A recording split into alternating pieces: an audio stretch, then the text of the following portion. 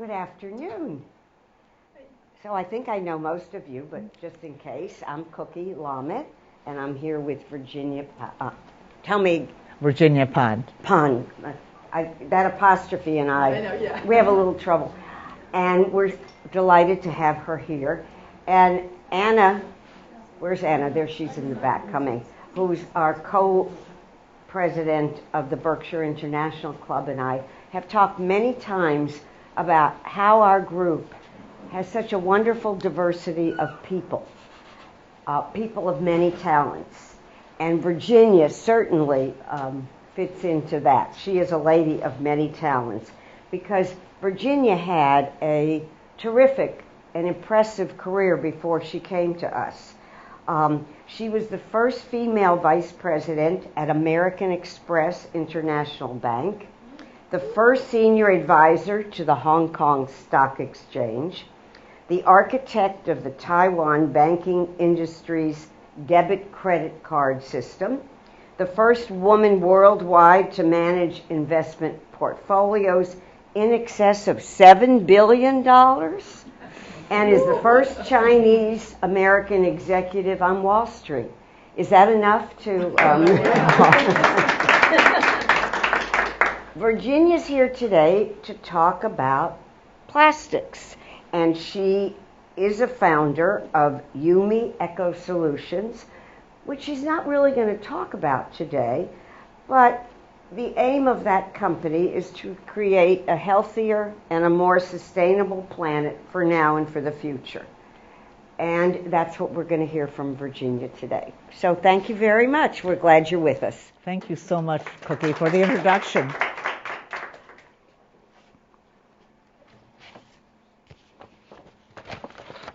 Good afternoon. Thank you very much for coming today. And I'm so delighted today to speak about sustainability to celebrate the 2025 International Earth Day, which is April 22nd, next Tuesday. So this is pretty close, as April 22nd every year. So you'll probably see more news about that next week. Plastics, as you know, has become a ubiquitous workhorse material of our 21st century economy, combining unrivaled functional properties with low cost. Their use has increased 20-fold in the past half century and is expected to increase exponentially, continue to increase exponentially. Today, nearly everyone, everywhere, every day comes in contact with plastics, especially plastic packaging, which is 40% of total plastics produced. So what I like to do is discuss some basic plastic facts and its impact on our environment.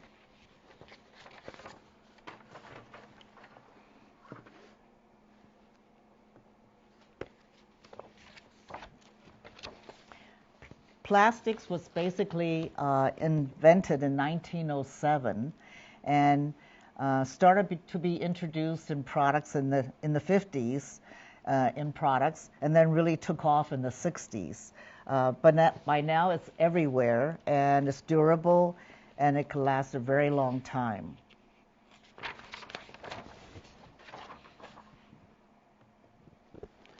Many of you probably remember The Graduate. Young Man is all about plastics in 1967.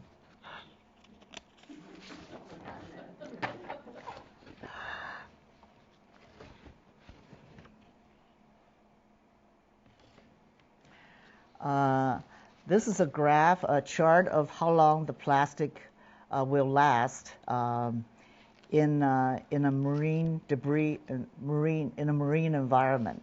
So I guess one of the worst things is diapers, right?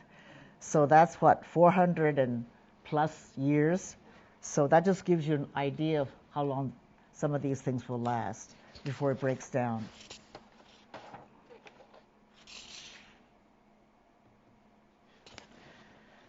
So total plastic produced annually is about 10 billion, and we now use more than 2 billion tons a year, And our annual production, is close to 500 billion tons. The amount of plastics produced yearly is roughly the same as the entire weight of all humanity each year. And 50% of all new plastic is made into single-use items.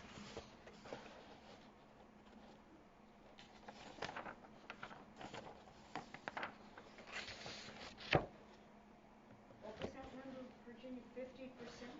50%? 50%, right, is single-use items, disposable items, whether it be tableware, utensils, food containers, those clamshells where you have a lid on it when you go to a takeout place, meat and vegetable trays that you see, the way the meat and vegetable comes, etc. So it's really ubiquitous. Oh, that didn't come out. I don't know what happened there. Oh. Okay. I guess that was the previous slide. Sorry about that. They should have been on the same one.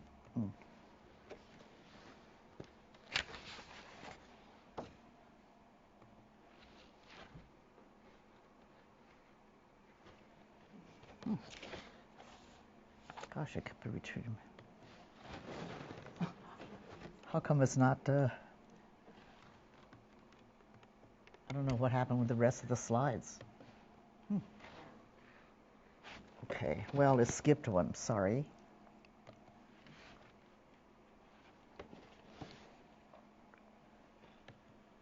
Oh.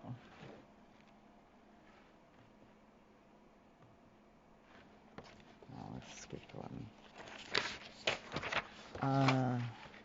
So where does the waste plastics go?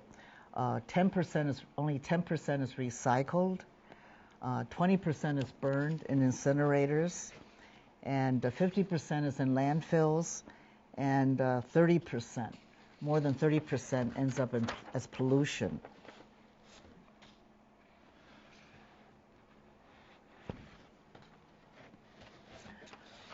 So 25% of our landfills is plastic waste, which is kind of overwhelming when you think about it. Decomposition releases toxic chemicals that can seep into the groundwater and cause serious harm to humans and animals.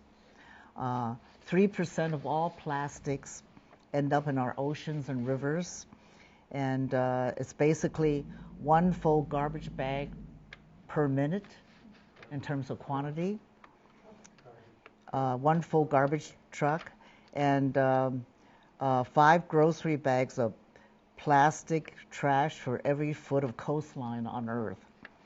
And basically, the World Economic Forum study predicts that by the year 2050, there will be more plastics in our oceans than fish, which is kind of awful. Just want to share with you a couple of other statistics I thought you might be interested in. Humans use about 1.2 million plastic bottles per minute. Approximately 91% of plastic is not recycled. Roughly half of global annual plastic production is destined for single-use products. Americans purchase about 50 million water bottles per year, averaging 13 bottles per month. 5 trillion plastic bags are produced worldwide annually. It takes 1,000 years for it to disintegrate completely. Americans throw away 100 billion bags annually. That is equivalent to dumping nearly 12 million barrels of crude oil, or equivalent to. Americans alone use half a billion drinking straws per day. The world uses 500 billion plastic cups per year. Americans only throw away around 25 billions of polystyrene, or or it's commonly known as styrofoam, coffee cups every year. This is the styrofoam is the worst type of plastic pollution. It's also the cheapest because what it does, the material takes the basic material, polystyrene, blows air into it and create the foam that you see, in the trays and stuff you get, and it makes it very, very cheap, and it breaks up into microparticles, which is very bad for us and for the environment. At least 14 million tons of plastics end up in our oceans every year. Many countries lack the infrastructure to prevent plastic pollution, such as sanitary landfills, incineration facilities, recycling capacity, proper management, and disposal of waste systems. When plastics end up in landfills, they aren't harmless. They break down into tiny toxic particles that contaminate the soil and waterways and enters the food chain when animals accidentally ingest them. Researchers in Germany indicate that terrestrial microplastic pollution is much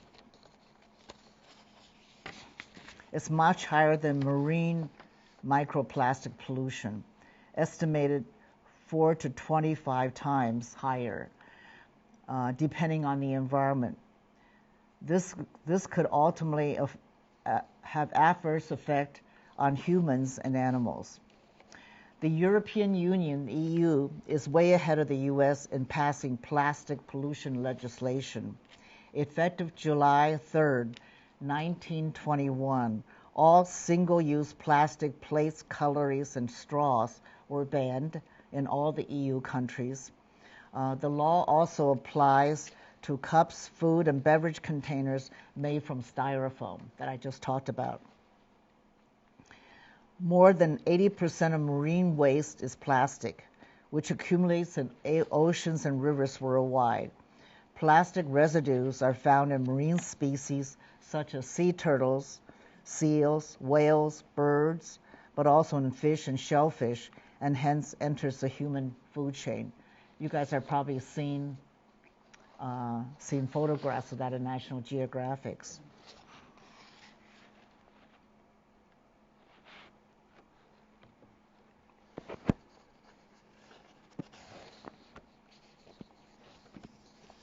Just want to share, I know I threw out a lot of statistics, but I just want to share with you some little known facts about plastic.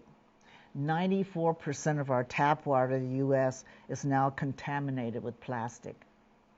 95% of adults in the United States have detectable levels of BPA in their urine. 1/4 of the fish sold in markets contain plastics or other man-made materials.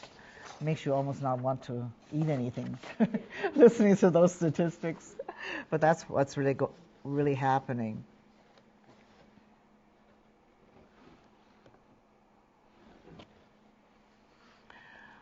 I'm going to talk about, there's many different segments, but I'm going to talk about 3 main segments, which is the consumer disposable. Consumer disposable is a $4 billion market. It includes single-use disposable tableware like plates, cups, cutlery, food containers, clamshells, or bags. Fortunately, we're not using plastic T-shirt bags in the grocery stores anymore. Most of us, all of us, bring our own bags, or the stores gives us paper bags to put the groceries in. But in terms of eco-friendly products in this category, you have products made from basically from starch, which could be corn or potatoes. Could also be bagasse, which is bagasse, and also bamboo. You've seen the natural bamboo plates, which is usually more expensive because it requires 7 layers of natural bamboo plate natural surface to make those plates. And so those are some of the other eco-friendly alternatives you can purchase instead of plastics.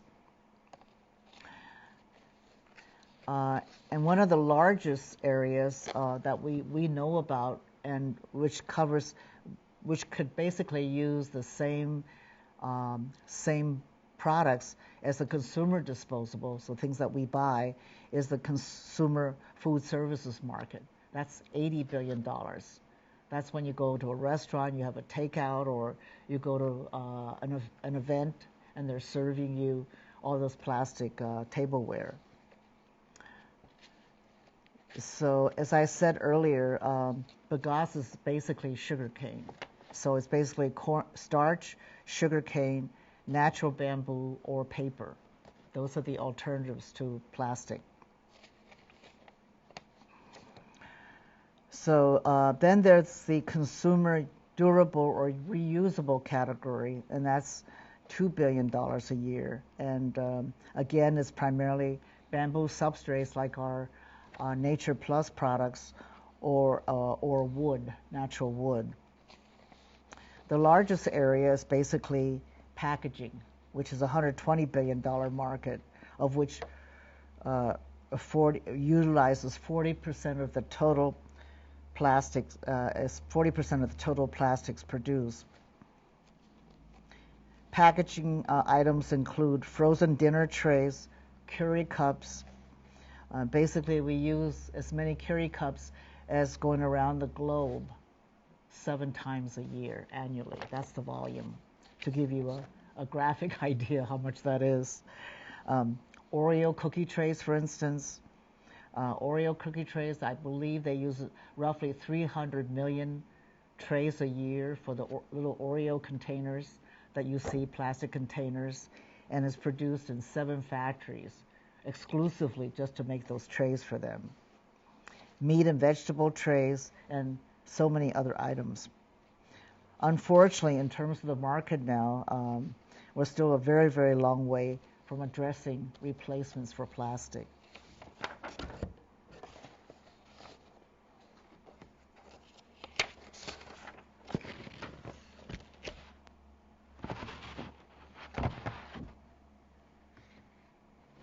Now I want to talk a little bit about attitudes towards buying green products from consumers.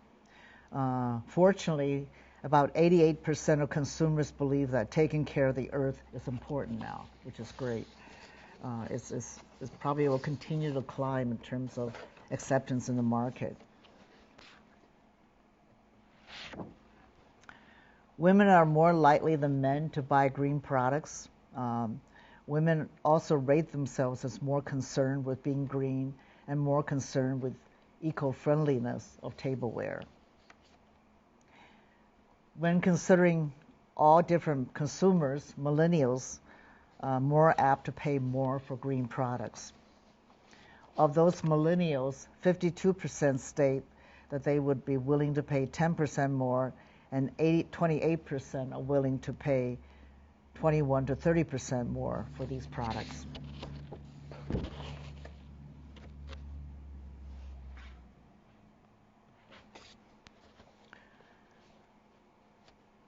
So basically, this chart shows you willingness to pay a premium for green products. And basically, 2 out of 3 consumers would pay more for a green product.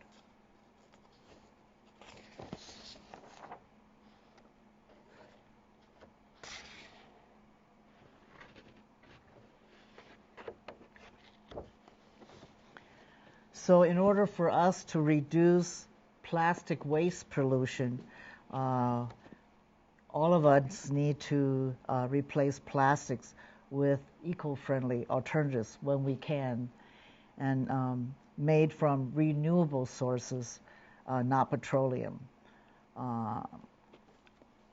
And there are advantages and disadvantages to the different products. For instance, if you're making the products from potatoes or corn, it's annually renewable, which means it's an annual crop.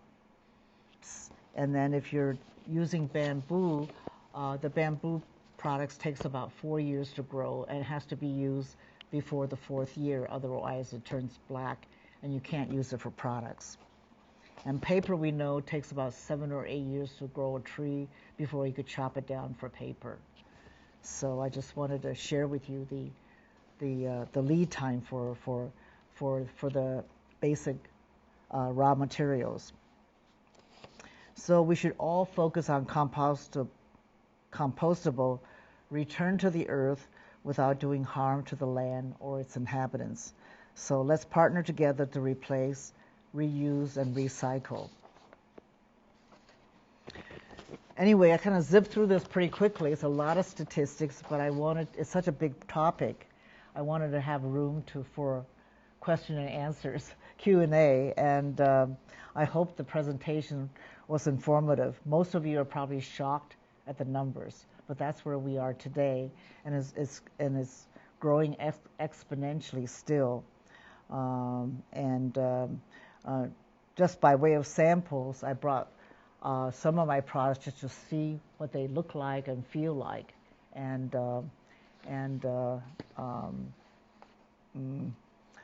but this is not a pitch for my products. So anyways, sure, Cookie. So what I gather is that most of what we use plastics for today is for taking things. We go to the grocery store, we put the fruit and vegetables in those plastic bags. We go out to dinner, we take our leftovers home in generally a plastic container. Right, well, hopefully it's not styrofoam, which is the worst. That's the worst. That's the cheapest. I was thinking back when I was a kid, we went to the grocery store. They used to have paper bags, small paper bags, and that's what we put our fruit and vegetables in. Now, that's better, the paper, because it decomposes eventually. It decomposes faster. Right. The only reason you're not going to get paper is it's more expensive than the plastic. Okay. It's about, so a plastic might be half a cent, whereas a paper would be about 3 to 4 cents. For a grocery store to provide for us. Yep, absolutely, right.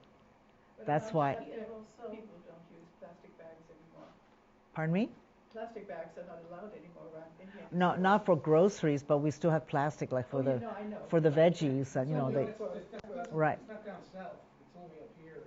A lot of states you still can use those plastic Right, bags. yeah. Right. You can also get reusable vegetable bags, which I use, when you can put your fruit or vegetables and bring them back the next time. Sure, but it's really because that's the kind of environment we're delivering to our children and our grandchildren and future generations. It's really. My children taught me about the reusable bags. The grocery Right. store. Right. Sure. How about biodegradable plastics? Are some of the bags that we get, aren't they biodegradable, and is that still okay? Well, I think Big Y has biodegradable. I don't know. Right. Biodegradable, but I think Price Chopper is still plastic, based on what I see. So garbage totes are made out of plastic. What other product could be used to make garbage tote besides metal? Garbage totes? You're talking about The ones we take to The big can you put out on the Right. sidewalk that the garbage guy comes and takes away.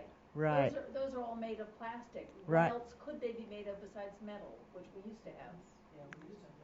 Well, I'm not sure. See, those containers are plastic, so they're cheap. And the key thing is, if more people bought eco-friendly products, then the volume. I was just wondering if the volume increased, then price would drop. Right now, it's okay. Sure. Hi. This is Albert, who is Virginia's husband. And my partner in the business. The main issue that Virginia is talking about is disposable plastic. There's some very good plastics, like parts of your car and like the trash cans. They'll last, 20, 30 years. That doesn't become an issue. So we're not really dealing with the bad plastic. We're really dealing with what we can do something about, which is the single use, right? Single use stuff, like the trash barrels and all that. that's fine, being made out of plastics. Airplane parts, auto parts, it'll last a long time. It's very sturdy. It doesn't really create an issue because, okay, I hope that clears up your question. I appreciate that. And, to your question about disposable, yeah, we use those too, the mesh bags. Yeah. Because we're looking at the, Anna? Since you mentioned the European Union, right, I wanted to know, that I have a place in Mantua, right, in Italy. Mantua was the first city in Europe, about 20 years ago, banned all plastic bags from grocery shops, okay?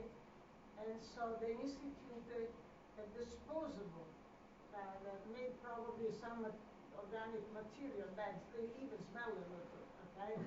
But that is all that you can use. And that was Mantua. The city of Mantua was the leader, and now in the rest of Europe they do the same thing. When you go to the supermarket, as you well know in Europe, you choose your own food, your own fruits, okay? You put them in a bag, right? Like here, you put them in a bag. The bag in Mantua 20 years ago was already organic. So They were an innovator. First, so right. that you put those bags together with your organic disposable material from your kitchen. Because Right. it is made out of organic. Because the total global plastic market is now $712 billion. Right. And the only dollars. problem is that when you buy a container of something that is already made out of plastic, you can't do anything about it. Because those are Right, and the research on... one use and then you toss them. Right? Yeah, well, the thing is that it's getting into our food chain, and now the research is just starting to come out that, you don't want to be drinking out of a plastic water bottle because, you're injecting all that, especially when it's being shipped in the sun. A lot of that breaks down. You're drinking microplastics with that, which you can't even see with a naked eye. And then, things like tea bags now, you only buy the tea bags that are come in those little cloth, Sachets? Sachets, versus the other ones that looks like it's paper or film. Is that plastic? Mm-hmm. Oh, Some are, right. So these research is just coming out, so they don't really know the impact, but it can't be good. We just don't know enough yet. This is just coming out. So that's where we are, and we're in the 21st century. We're looking at convenience and cost, and so this is where it landed us, right? So is there a lot of bamboo product being made and sold in this country now? Not really. It's selective. It's a lot more prevalent in Europe. It's a lot more prevalent. For instance,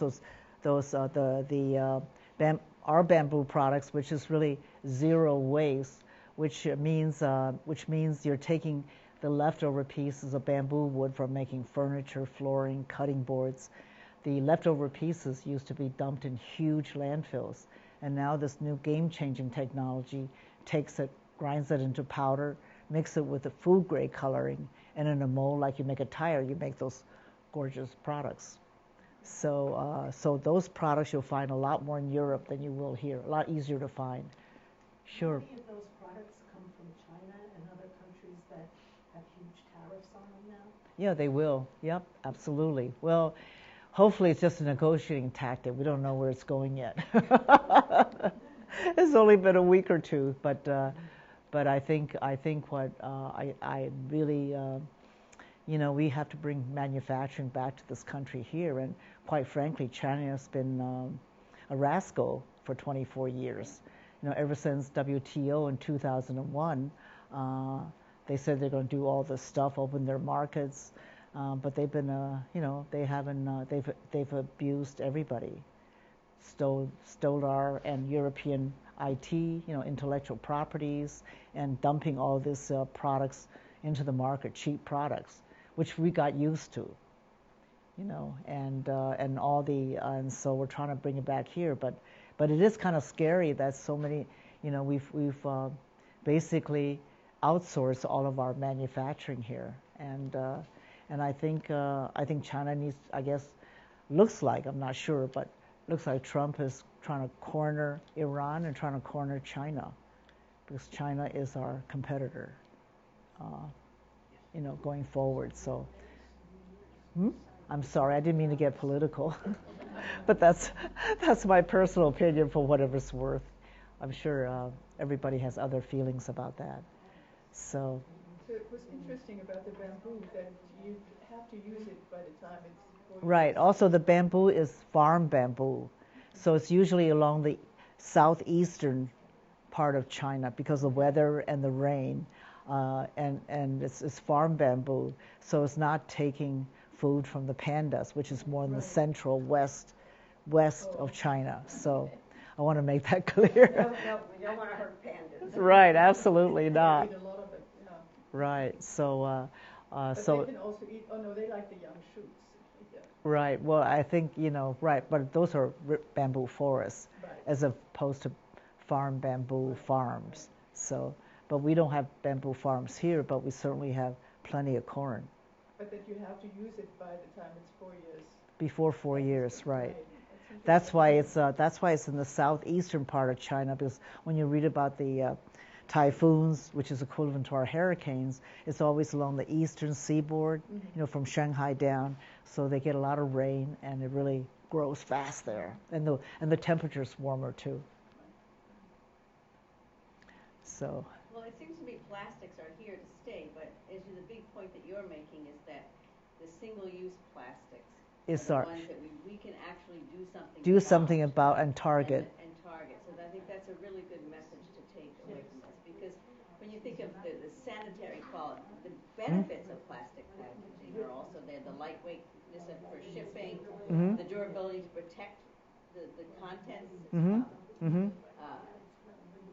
There's some wonderful plastics out there that I think are going to be here to stay. But if we can reduce from the supermarket in our shopping and the things that we do, if we can.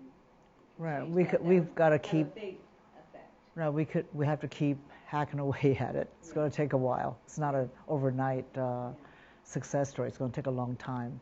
So at least Europe is taking, in this country we discovered that it's much harder to sell these products because each municipality makes their own decision. So you could get more states or nationally to ban it, that would be the way to go. But that probably won't happen here, given all the different attitudes and so forth. So maybe it's possible on a state level. I guess California leads in that area, but I would like to see more states ban these, and then otherwise it's going to take a lot longer. Yeah. So Sure. I'm thinking of Tupperware, because your fact about plastics coming into big use was in the 50s and the 60s. Seems to me I have Tupperware from when I first became a housewife. Okay. And it's lasted all these years because I've never put it in a dishwasher. I've always washed it by hand. And actually the word has been, Tupperware is used for any other plastics today. But the real Tupperware, I understand they're having business problems. I think they filed for bankruptcy. I thought they went out of business even. Is that maybe that? Okay, I'm just. Rubbermaid did. Rubbermaid went out of business. Well, Rubbermaid's different than I remember Tupperware parties used to have them at home, but I was thinking that's plastic that wouldn't be bad plastic because they're certainly not single use. I'm using the same Tupperware for 30, 40, 50 years. But not everybody takes good care of them like you do, Cookie. On the other hand, right? I mean, I did something good. Right. Couldn't it still leak the chemicals? Yeah, that's what I'm Yeah. wondering. I'm switching all to glass containers. Yeah, and there's No. still some breakdown. Because there's no way to measure it because the microplastic is so tiny. Yeah. It's not visible to the Even naked. the so-called good plastic Right. is not really good. Yeah. Because it's Don't wanna leaching heat it. out chemicals or it's breaking down. Yeah, because we all know not to put the plastic containers to to reheat in the microwave because that'd be awful. But I guess it's like Rhoda says. It's, we switch over to mostly glass as well, glass containers for storing food, and it's worth it. And plus with the glass containers, you take the lid off, and you could put the whole glass container in the microwave. You don't have to transfer it to a plate. Right. So, this gives us food for thought in terms of what's happening in the market. And I hope it was educational, although I hope I didn't scare anybody with the numbers. But thanks for coming.